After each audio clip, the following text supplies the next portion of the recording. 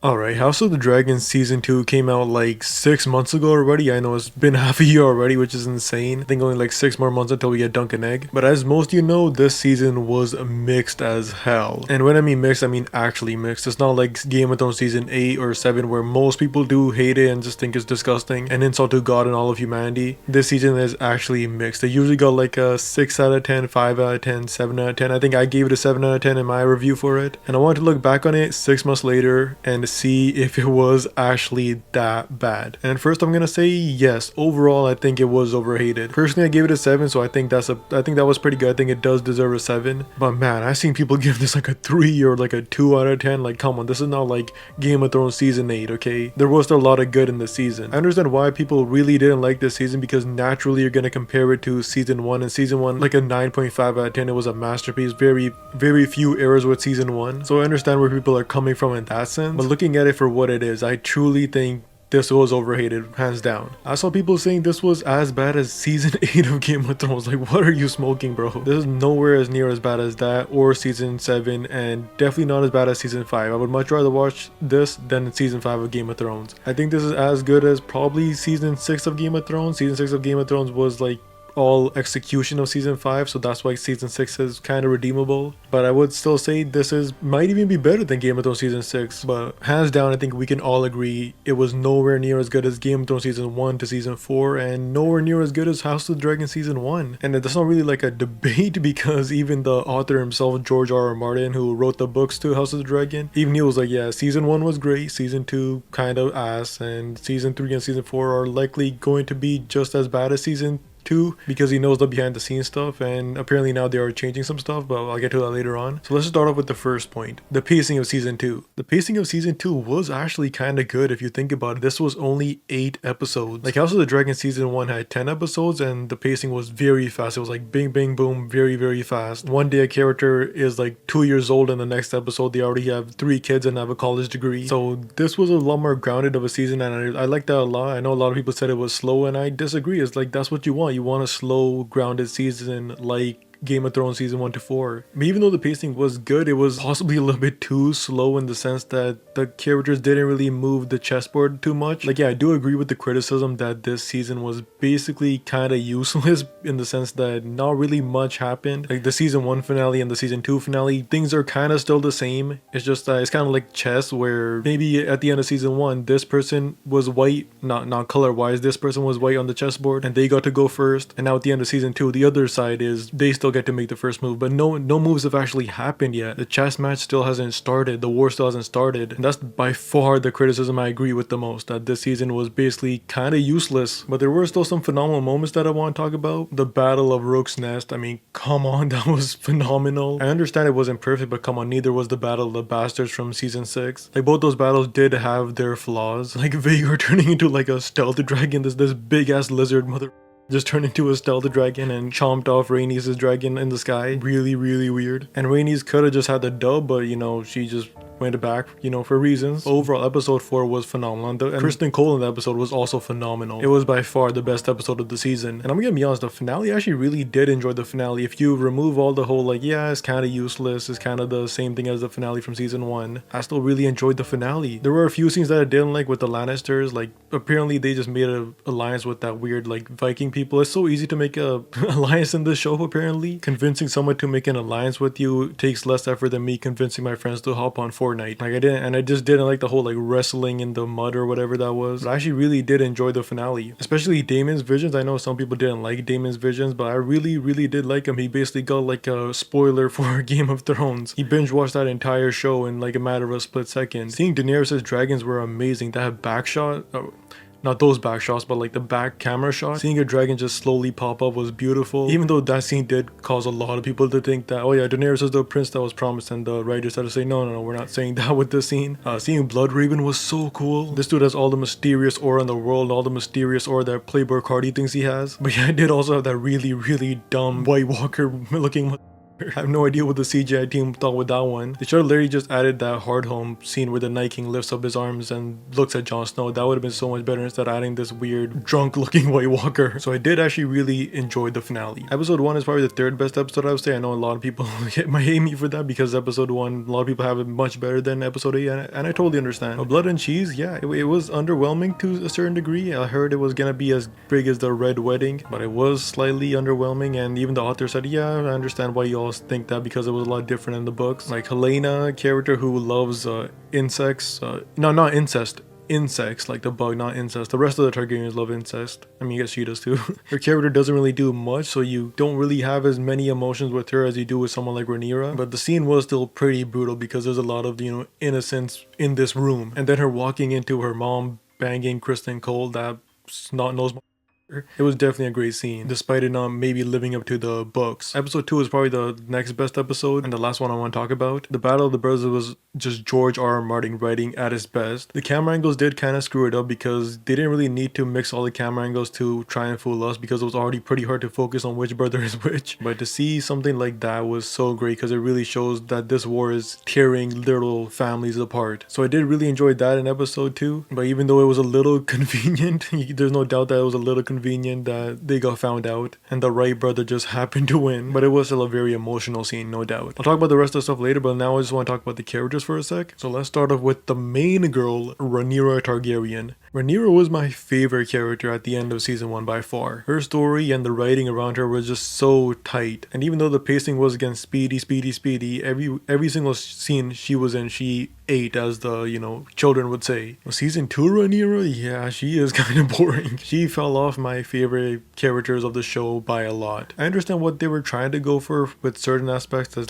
she's kind of getting mansplained and some people are not taking her as seriously, but still she could have still did something. She kind of turned into like Tyrion in the final season of Game of Thrones, where he does a lot more standing than actual things, actual politics. Like, I'm not saying she never had any good scene in the show. Like, Tyrion in season 6 probably didn't have any good scene. But coming off the high in season 1 where she did not have like any scene that was like below a 9 out of 10 to going to this season where she can barely get a scene around a 7 out of 10 is just pathetic. And she does have a very weird like kiss scene with Mysaria, showing that she is bisexual. And I love my bisexuals out there, no offense, I ain't afraid of no rainbow. But this scene was improvised, which means that actresses did it. It wasn't a part of the script, and they kept it in the show. And I think that was a massive blunder, because there's still 2 scenes after this where they just talk like normal and nothing happened, and it's because nothing happened. It's because those scenes that were shot after this scene were already written before they improvised, and they didn't change anything because I think the writer's strike was happening at that time. So this scene was improvised, but they didn't change anything else afterwards. The writing stayed exactly the same. Like, I'm sure everyone has kissed a few people passionately in their life. Hopefully, sorry to all the, Fortnite players out there, but I'm sure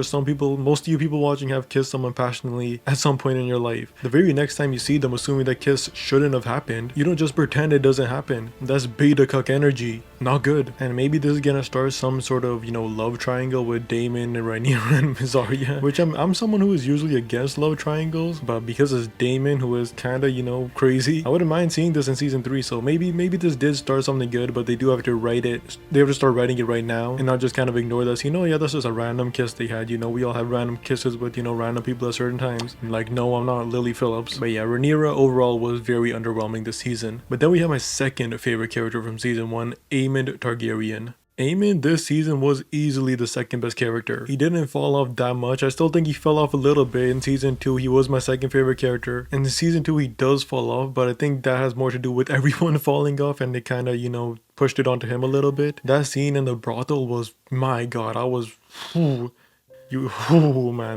like seeing Aegon just laugh at him at the brothel. I'm like, yo, this is not gonna end well for anyone in this scene. But overall, he did have some bit of a fall off. Like, some things just didn't make sense, like him stealth attacking with the Vhagar, like I said earlier. He also does have a very weird scene in the finale where he burns a city but is not shown on camera, which was very weird. Like, you're telling me we should have a scene where the Lannister dude is like fighting that mud lady in that mud, rather than seeing a scene where Aemond is, letting out his inner Daenerys season hate and burning alive. Hearing the writers were thinking what the writer was thinking, man, who knows. But Aemond was pretty good this season. He is basically like a pure evil villain. He did have a scene with Helena, which did show that he's kind of like broken inside, but he is like really just an absolute menace to society. Aemond did have some very enjoyable scenes this season. His desire to become king was really cool. It was really much a Damon parallel, and he is just kind of an edgy teenager at the most part. He's an edgy, emo teenager. You know, he is pretty smart. Like, he does know the histories of Westeros, and he did Vhagar. He was a Sigma male trying to get Vhagar last season as like an 8-year-old. So I don't think I can hate on Aemond that much this season. But someone that I will absolutely hate on is Daemon Targaryen. This dude was just like high this entire season. He goes to Harrenhal, which I absolutely love Harrenhal. Harrenhal is one of my favorite locations in Westeros. Season 2 Harrenhal was so cool in the books. If you read the books, like in the Clash of Kings with Arya, it really shows the horrors of the world. I love Harrenhal. And Daemon being in Harrenhal, I was like, yo, damn, this is gonna be fire. But it was just pretty ass, I'm not gonna lie. Like, he does visualize Viserys. He also visualizes like, I think, banging his mom or something. You know, I don't think I can say that part out loud. My neighbors might hear me. You know, some of his scenes were cool, but I think something that could have made Daemon's story in season 2 a lot better was showing less of him. It's kind of like Stannis in, you know, season 3 or season 4 of Game of Thrones, where they showed him less, even though all of his scenes were still really good, like the scenes he had with like Gendry or, you know, Sir Davos. They still showed him less. So when he just shows up at the wall to see Jon Snow, it's like, oh, that's really cool. We're gonna see more of Stannis next season, and they kept a little bit of the mystery. That's what they should have done with Daemon. They should have reduced his screen time like around 40%. We did not need to see him that much. We did not need to see him banging his mom or whatever. I haven't rewatched that scene, so I think it's his mom. I don't want to rewatch that scene. That's the one fact I usually forget about. But I think we should have saw much less of him. But a character who I think we should have seen more of is Alicent Hightower. Alicent, again, one of the best characters in season 1. I absolutely loved her and absolutely hated her. When she cut Rhaenyra's arm, I was like, yo, this deserves to get it. But when you rewatch season 1 without the emotion, you kind of realize she is kind of just a victim of the system. She's a victim of her father. She had to sacrifice her entire life to play this royal Game of Thrones, and her character was just so cool. Her dynamic with Rhaenyra is just amazing. In season 1, it was one of the best dynamics I've ever seen on TV. The way Alicent kind of looks at her and like, yo, she's not doing her duty, but we're still on the same level. Why is she not doing her duty? And she kind of wants to project, you know, this image of herself. I think, forgetting the quote, I think Rhaenyra said, you know, hiding behind the cloak of your own righteousness. Just a phenomenal scene. Alicent was so good in season 1, and then the foot scene, oh my god, her feet were fantastic. No, not to sound like Dan Snyder, but in season 2, it was bad.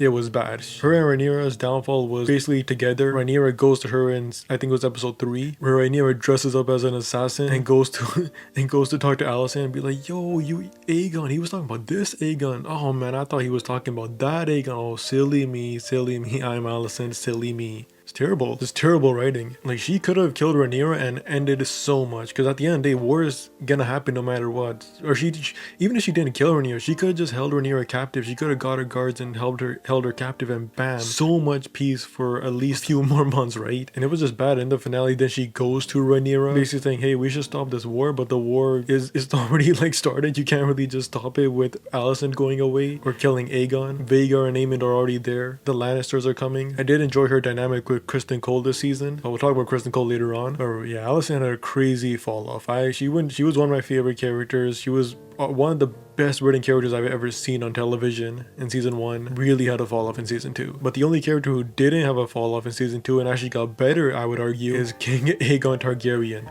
This dude is like the P. Diddy of Westeros. I didn't even think Aegon was that great written in season 1. I wouldn't say he's bad. He was like a kid for like most of it, and he was just like jerking off half the time. But in season 2, he arguably had the best scene. I think one of them even became like a TikTok trend. And he did show he can be ruthless at times, but his ruthless was kind of justified because of, you know, blood and cheese and everything. Like, Aegon went drunk driving on his dragon. How can you not love this guy? This dude went drunk driving with his dragon, went in the middle of a battlefield, and Aemond is looking up like, yo, what is this guy doing? I woke up in a new Bugatti. I woke up in a new... But yeah, I'm really happy he got a lot more depth to his character. Seeing him get burned was really satisfying, because he's a I'm a Rhaenyra fan. I'm team, I'm team black because not just because of Black Lives Matter, but I'm also team black just because of Rhaenyra. So seeing him get burned was pretty satisfying. But the next couple episodes he didn't do much. He was like, kind of benched for the next couple of episodes, which does make sense. Kind of like Jorah Mormont from season 7, but I loved it. But yeah, I'm really hope Aegon can still keep up this momentum in season 3. The next up is Sir Criston Cole. He basically stayed the same. I would say he definitely did have a fall off a little bit, but overall I don't think his fall off is nearly as big as Team Black's. Like Team Green did stay pretty consistent for the most part besides Alicent. Criston Cole, he did fall off a little bit, but he did have a really peak monologue at the end. And Criston Cole is so hateable. Like this dude is a like he pissed me off so much in season 1 when he was on that ship with Rhaenyra just begging her to like have him as his like whore or whatever. Like come on, that is just simp beta behavior, that's some like grade 3 level behavior simping over a girl. But he stayed pretty good. Otto Hightower also had a really good scene. I love that dialogue scene he had with Aegon, but he was also just benched for most of the season. I really hope he does come back. He was in the finale. I really hope he comes back and he is a real threat and kind of revives Team Green to what they can actually really be. But we'll see in season 3. Jacaerys Velaryon is also a dude who kind of pissed me off this entire season. This dude was mogging the entire time. He's like, yo, look at this jawline, look at this jawline. I'm Jason, look at this jawline. Like, just do something, man. He did have one good scene with Rhaenyra where he was crying. I thought that was cool. No offense to the actor, but I also didn't like the acting of that character. But I don't want to criticize the acting too much. I'm just here for the story. Larys was also a pretty good character, I would say. He doesn't really give off that Varys or Peter Baelish type of energy. Neither does Mysaria. Like, this dude is a foot fetish king. Don't know why, but he is. Don't know why with feet. I know he's crippled, but I know a lot of people who are crippled. I don't think they like feet as much. Maybe I have to check on them. I'm gonna call them and let them know. I know that they like feet. I thought he's pretty strong this season, but still with a decent fall off. But one character that I absolutely loved this season is Ulf. This dude is gonna do something up in the next couple of seasons. I already know he's gonna screw something up. He was just so good in the final few episodes after he got the dragon, and that's something that Team Black really needed. Team Black really needed a character who can just mess things up. Like you look at Tyrion from season 2, a huge thing that made his story so good in season 2, it was that he was surrounded by characters who were constantly screwing things up, whether it was Cersei or Joffrey or Samira Trant.